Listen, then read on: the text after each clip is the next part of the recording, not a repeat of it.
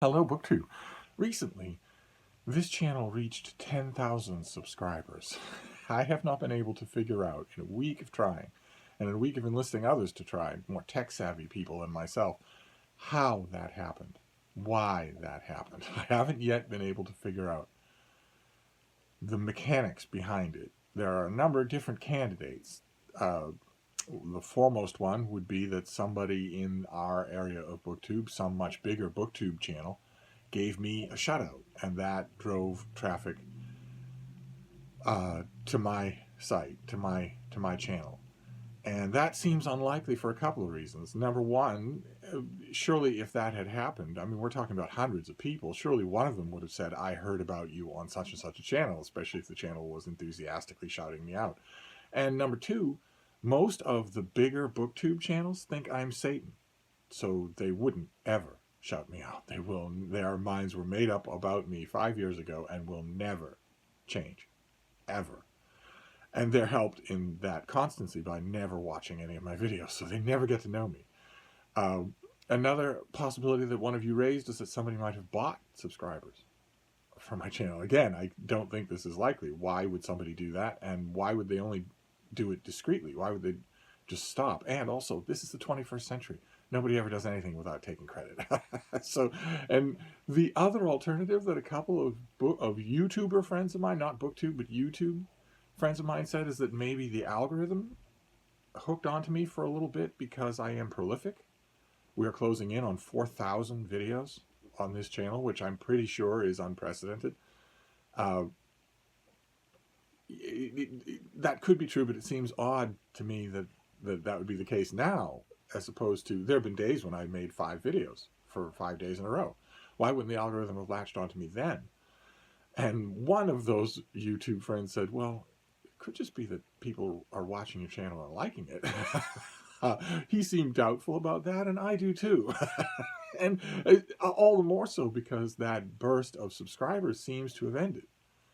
There was a while there were a couple of days there in late February and early March where I was, every time I would look at my channel, you know, when you go to the YouTube studio to sort of fix up your videos for making them public, you inadvertently see your subscriber count. And there was a time there where every day I was looking at that and it was significantly different than the day before, and that has stopped. So none of these explanations seem right to me, but one way or another, we have hit 10,000 subscribers. I couldn't think of anything else to do other than ask for a Q&A. We do Q&As regularly on this channel anyway, and I've done Q&As for every major subscriber milestone. I never in a million years thought I would get to this one, but nevertheless, it seemed like a good idea to do. And you have an inexhaustible amount of great questions, so we're going to get right to them. We'll do these the way we always do. So I will cut off every video at about 30 minutes. We'll do as many of them as we can. And if I miss your question, it's because I ported all the questions over to a document so that I could clean them up, get the last edited and the pictures and everything off it to make it easier for me to read. If in the process of doing that I excised one of your questions, feel free, apologies definitely, but feel free to ask it again. We'll do Q&As again. So let's start off with video number 1. First question is Maximus Stetich. Dear Steve, what are the typical mistakes debut novels make that you've observed in all of your 28 years of life? I've observed quite a bit. I love debut novels. They're a favorite thing of mine to do because they're not, regardless of the fact that the author has almost always published something, some short story in some literary journal or other. The novel, the debut novel, is like a clean canvas. It's a wonderful thing to come to that without any preconditions from an author's body of work. Although coming to a new novel from an author who's done a lot of novels can have joys of its own. But debut novels used to be, in 30 years ago, and for the 150 years before that, it used to be that the main fault of a debut novel was that it didn't have its legs underneath it. The author had no real way to tell, no practiced, experienced way to tell whether or not the emphases had been laid right on the story. So a typical debut novel mistake would be a 60-page stretch about a tea cozy or something that has always struck the writer as a great idea, and they have a very limited or non-existent rapport with an actual readership that would tell them, no, that has to go. That doesn't belong here at all. That's a first novel mistake. Now, in the 21st century, the main faults of debut novels are a little bit different and a little more litigious. Most of the writers of debut novels in the 21st century came through the gigantic exfoliated industry of MFA programs, of writing workshop programs. And despite the name, writing workshops no longer workshop prose. That's actionable grounds. You could be sued for workshopping someone's prose. So instead, what they are is extremely expensive validation sessions that just go on for years. And then when you're done with that, when you come out of that, your contacts, your connections have almost certainly garnered you an agent or even a publication deal. But the one thing you have never encountered is criticism. And so the main problem with debut novels in the 21st century is slightly different. It's not a tone deafness to the audience, but rather a complete dismissal of the audience. It's the idea that anything that I produce in any way that has any words connected with it is absolutely perfect the way it is. And if you tell me otherwise, if you say this structurally doesn't make any sense, then you're probably a bigot. So where in the 20th century, I would read debut novels and think, all right, well, this is flawed but promising. Nowadays, in the 21st century, I read debut novels that have that kind of attitude and think there is no saving you. You will be bad for the rest of your career because you have removed the ability to learn. You've removed the mechanism that would teach you anything. So you'll just be this way forever. I hope to be proven wrong in a couple of cases. Alan Black says, I love the Q&A vids. I missed asking a Q for Feb, but as I have not caught up with your vids, if you do a 10K Q&A answer video, could you answer the question, when will you do a dinosaur starter kit? Dinosaur starter kit's a very good idea. I will add it to the list. Frida B. Settle yourself, babe. Bookmarks and Bookshelf says, who dares call the great and honorable Steve Donoghue Satan? Let me at him. I mentioned this in another video. This was my baptism of fire on BookTube. And it is still true. I made a stupid comment on one of my own videos. It was prized out of context by a booktuber who hates me. Doesn't care anything about what I said. Doesn't care anything about the video. Doesn't know me. And that booktuber fed it up the line to a much bigger booktuber who made a board cause for the course of a whole weekend, a whole week, out of trying to incite a mob to destroy my life. All for nothing. The people involved that found the comment or that prized it up, most of the people who made stupid, canting booktube drama videos about it, this was 5 years ago, most of those people didn't know any idea what they were talking about. No idea whatsoever, and have never gone back. They've never come back to this channel to see whether or not they were right. They've never, in other words, got to know me. And as bad as that is, it's not the worst. The worst was the handful of people who made reprisal videos like that, who had already made private contact with me. That was entirely friendly, entirely supportive. And instead of getting a private email from any of them saying, gee, you know, I don't know what you were thinking in that comment, instead, it was straight on the bandwagon of a mob with pitchforks and torches.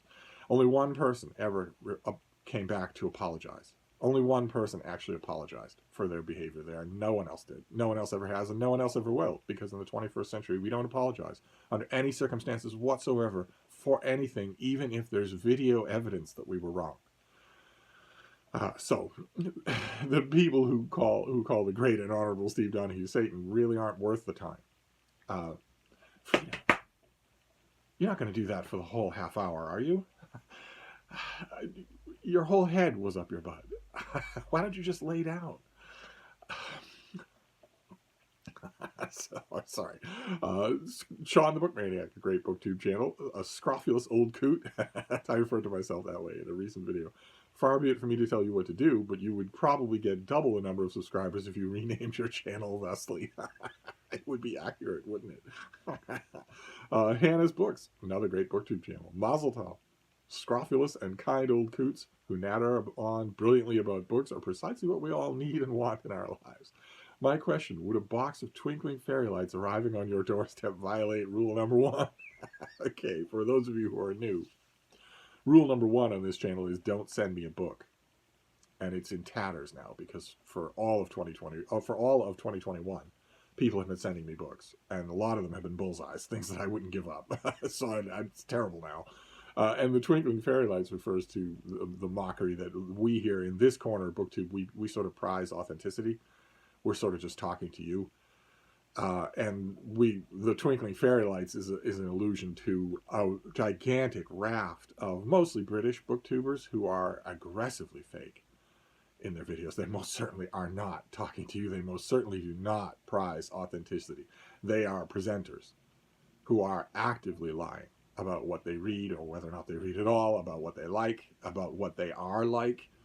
There's a drastic 100% difference between the persona on camera and the persona off camera.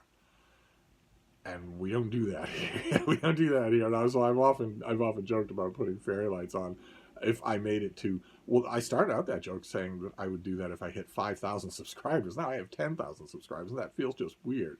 But no, if you're going to send something that doesn't violate rule number one, feel free to send mega stuff Oreos. LX says, how many languages do you know, and why did you choose to learn them?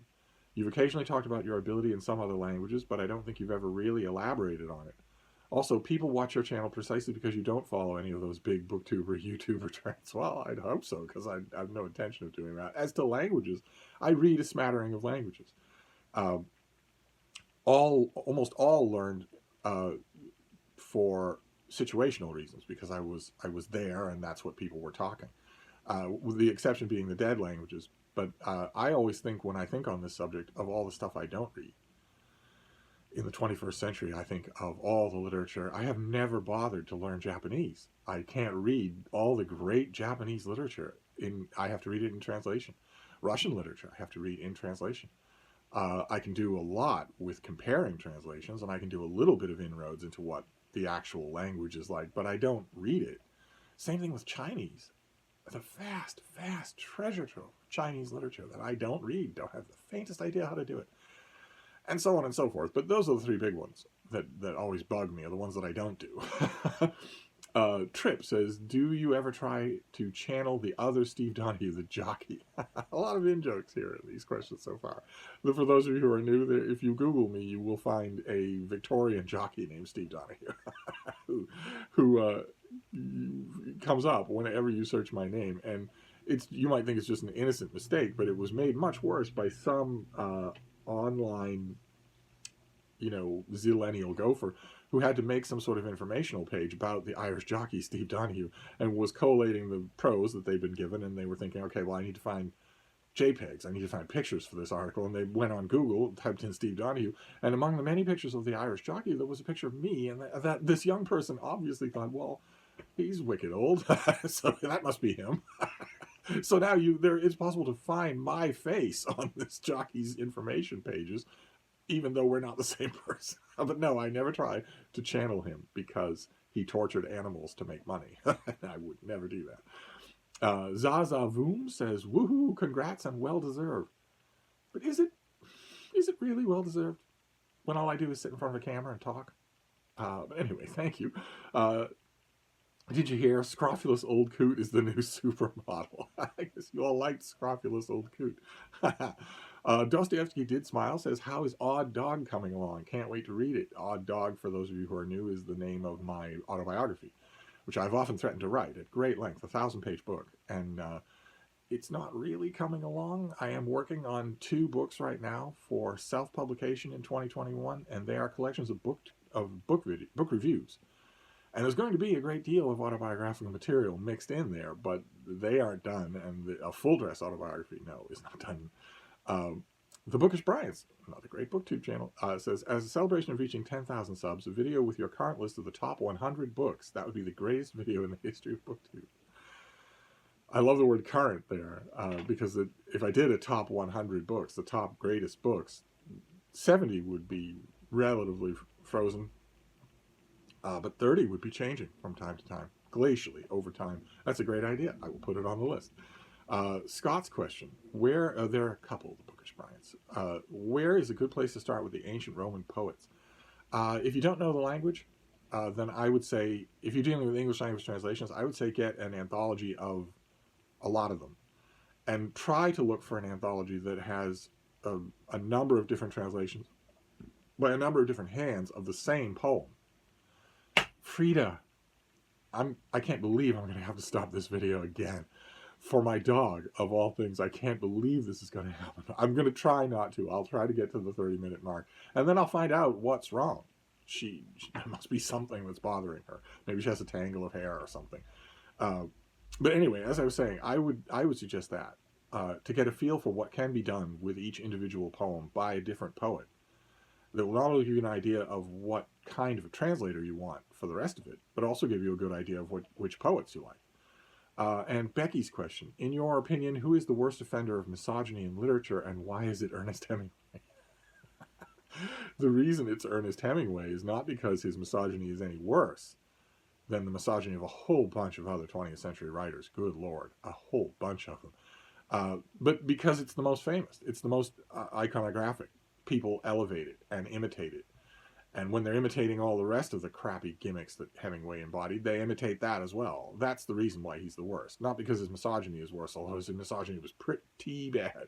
A lot of 20th century writers didn't let their misogyny go so far in their personal life as to torpedo the literary career of a wife.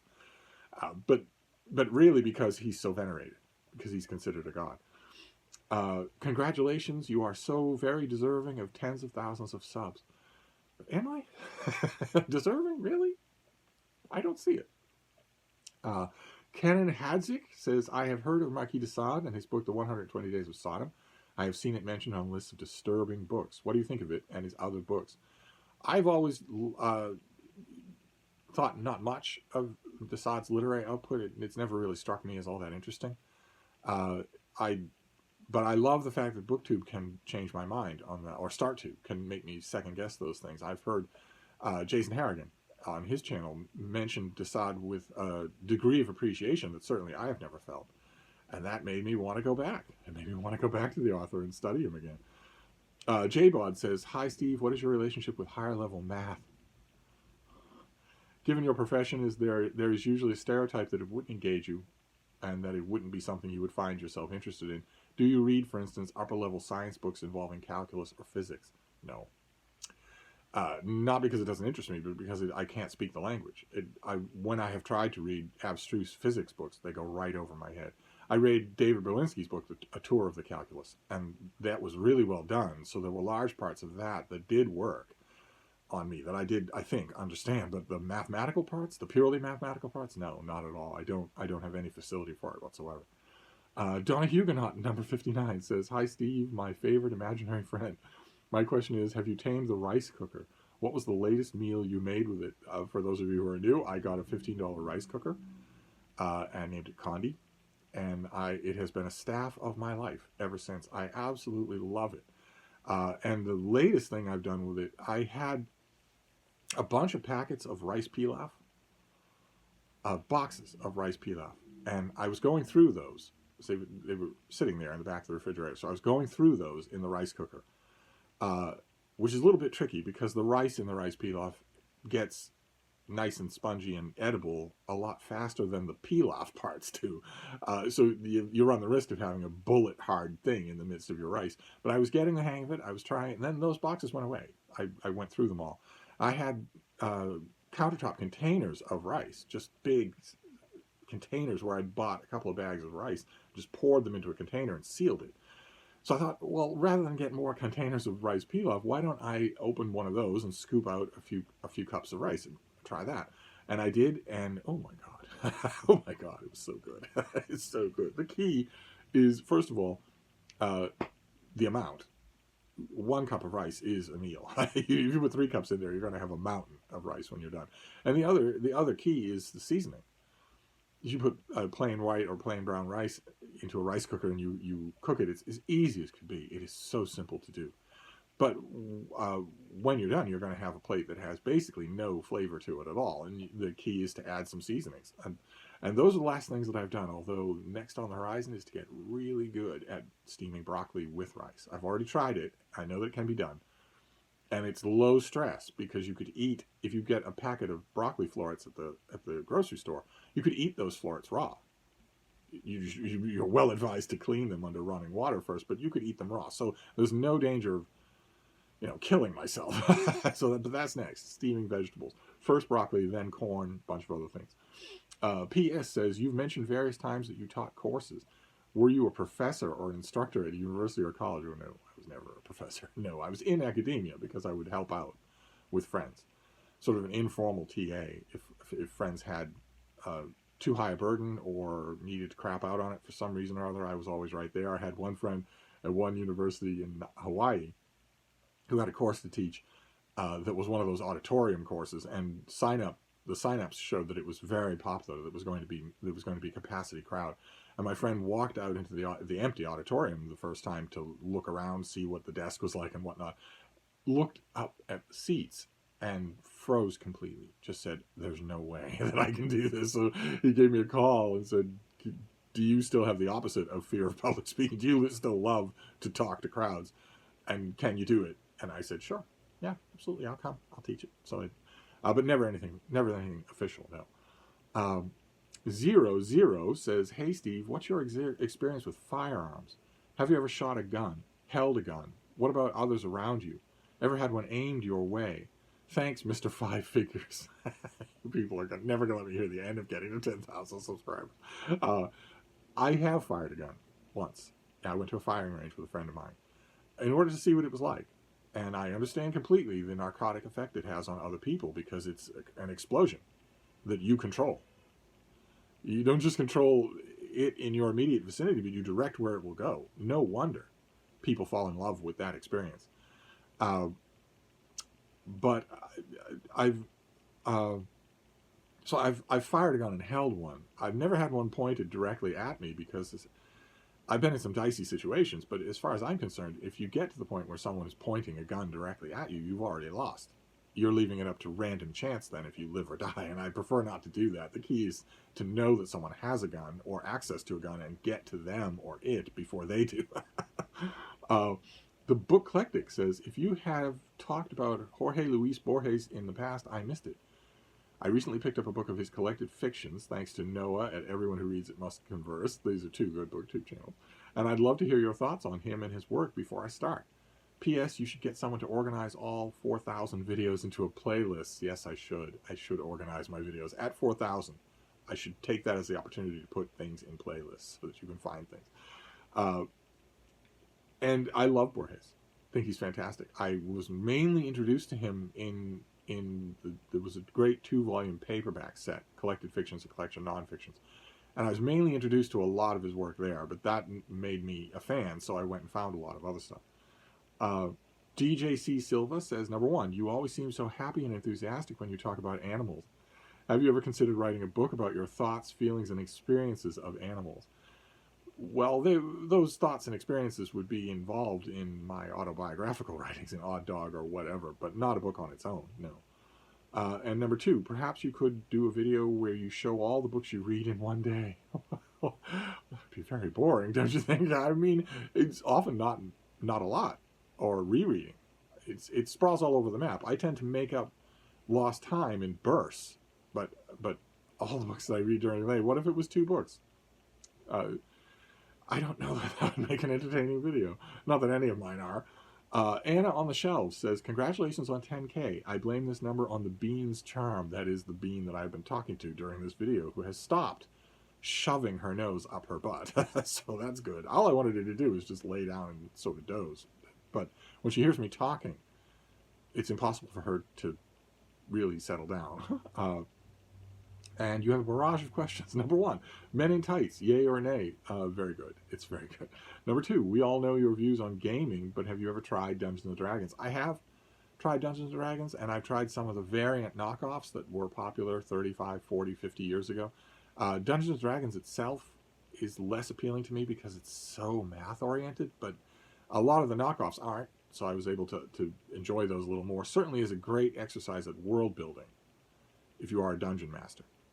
It's a great exercise in world building because you have to flesh out everything. And you can see the proof of that because a number of fantasy novels that are on the market today were born of epic gaming sessions. Number 3, despite all the books you read, is there a genre you feel you read less than the others? Well, there's no feeling involved. I can tell you that there are genres that I read less than others. Once upon a time, I would have said self-help and religious memoir would have been the genres I would have read less than anything. Now it turns out, ironically enough, I read more of them than not only I ever did, but than anyone else does anywhere in the world. Because I review one of those literally every day. Literally every day of my entire life. Number 4, you have given us some tales of the bean meeting dogs and humans, and sometimes eliminating a mouse, but how does she react to cats? Well, the only time I've ever seen her in up-close personal interaction with cats was with the 2 big house cats that live at the old house up in Vermont, when I visited the Richardson family up there.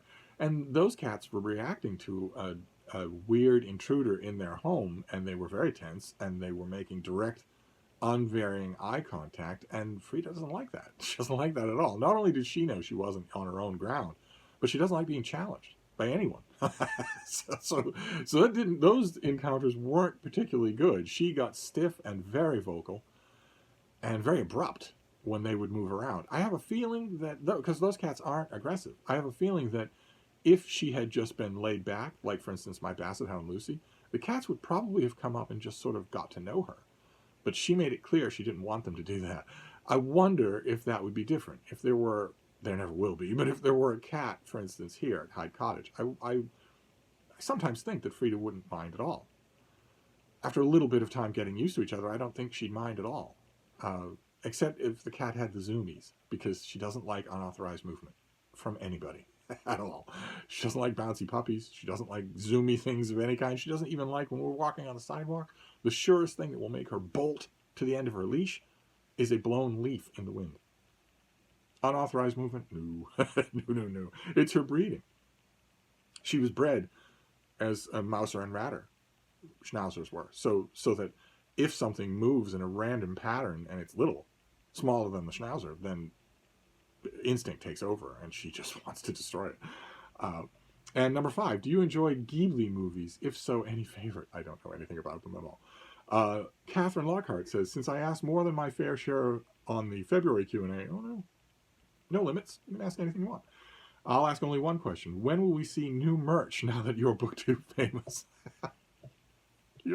You're all just going to keep needling me for having listened to. I don't know what caused this number of subscribers. I will find out. I doubt it will ever happen again. But yes, merch. We should definitely have merch. The only problem is that it would make, if from what I've seen on BookTube, it would make me a merch salesman, and I'm not here to sell things at all. The YouTube model is that if you have a merch store, you're supposed to link to it, you're supposed to talk about it, you're supposed to have sales and buy one get one free and all that sort of stuff. I'm not sure that I could have merch and then ignore it. I'm not sure that anyone would want to buy it. I have often thought of designs for shirts, like a shirt that on the lapel at the front says in about 10 minutes and on the back in big letters says you're gonna be dead. Or just Frida's ears and the hair of her eyebrows and the word bean with an exclamation point, stuff like that. But I don't think anybody would be interested in such merch.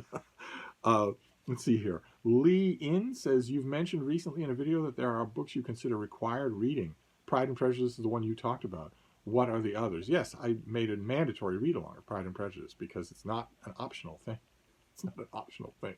And there are a number of others. People often ask me, what is the complete list? And they assume that, for instance, War and Peace will be on it, or the Iliad will be on it. And no. Required reading is your own heritage, your own literary heritage. So if you are Russian and you haven't read War and Peace, well, you need to fix that. It's not optional. And the same thing is true in America. The same thing is true in the English language, not just America, but the English language. There are a small handful of things that you have to read. And I haven't done the whole list. I should do a mandatory read-along this year. Pride and Prejudice is one of those things. Middlemarch is one of those things. A Room of One's Own is one of those things. Leaves of Grass is one of those things. Why I Live at the P.O. is one of those things. You just can't not read these things. You just can't do it. Although plenty do. Grace is reading says in Little Wilson, Big God, Anthony Burgess. That's a great. Anthony Burgess wrote a great version of Odd Dog. He wrote a great autobiographical volume, two of them, in fact. Wrote literature is all or mostly about sex. I'm guessing he wasn't entirely serious, but would you recommend any authors who write particularly well about sex? Or should we pretend it doesn't exist like the Irish do, as he also wrote? No, he wasn't. He might have been serious at the moment, but he was full of sheep dip. It's not true. And no, no one has ever written, if you mean about sex, if anyone's ever written a good sex scene, no, it's never been done. Can't be done. What can it teach you? And what kind of artful description? If it doesn't teach you about the characters, then what's left is artful description. And what kind of artful description of a sex scene is going to be anything other than embarrassing? You know, it ought to be left out. Pretend that it doesn't exist. In this, as in all other things literary, the Irish know exactly what they're talking about. But Burgess was wrong in any case. It was just a dumb line to get an audience to laugh. If anything, if he's talking about English literature in English, then you should change that to literature is all or mostly about aunts. You do that, especially UK, especially English lit, you have it in one. You have it in one try. English is all or mostly about aunts. Jonathan Noel says, "Hi Steve, I'd have a Q&A with you every flippin' week if I had my way. Have you ever written a screenplay? Do you read screenplays? Any idea for the big screen that you would love for the world to see?" I have never wholly written a screenplay. I don't read them. But I have helped to write a couple of screenplays for friends of mine, including a couple of outcomes that you may be familiar with. I've helped to write them when people hit a rocky patch of any kind of writing, or I guess any kind of dog problem, then I'm right there, and I don't require credit, and I'm willing to put all my effort into helping you. I am a tugboat. I'm not glamorous. I'm not a schooner, but I'm a tugboat. I'm a pretty reliable one. But as to what ideas for the big screen, good Lord, I've mentioned hundreds of them on this channel. I can mention a lot more. There's so much that could be filmed. Okay, well, all right, that's good for video 1. Let's move on to video 2.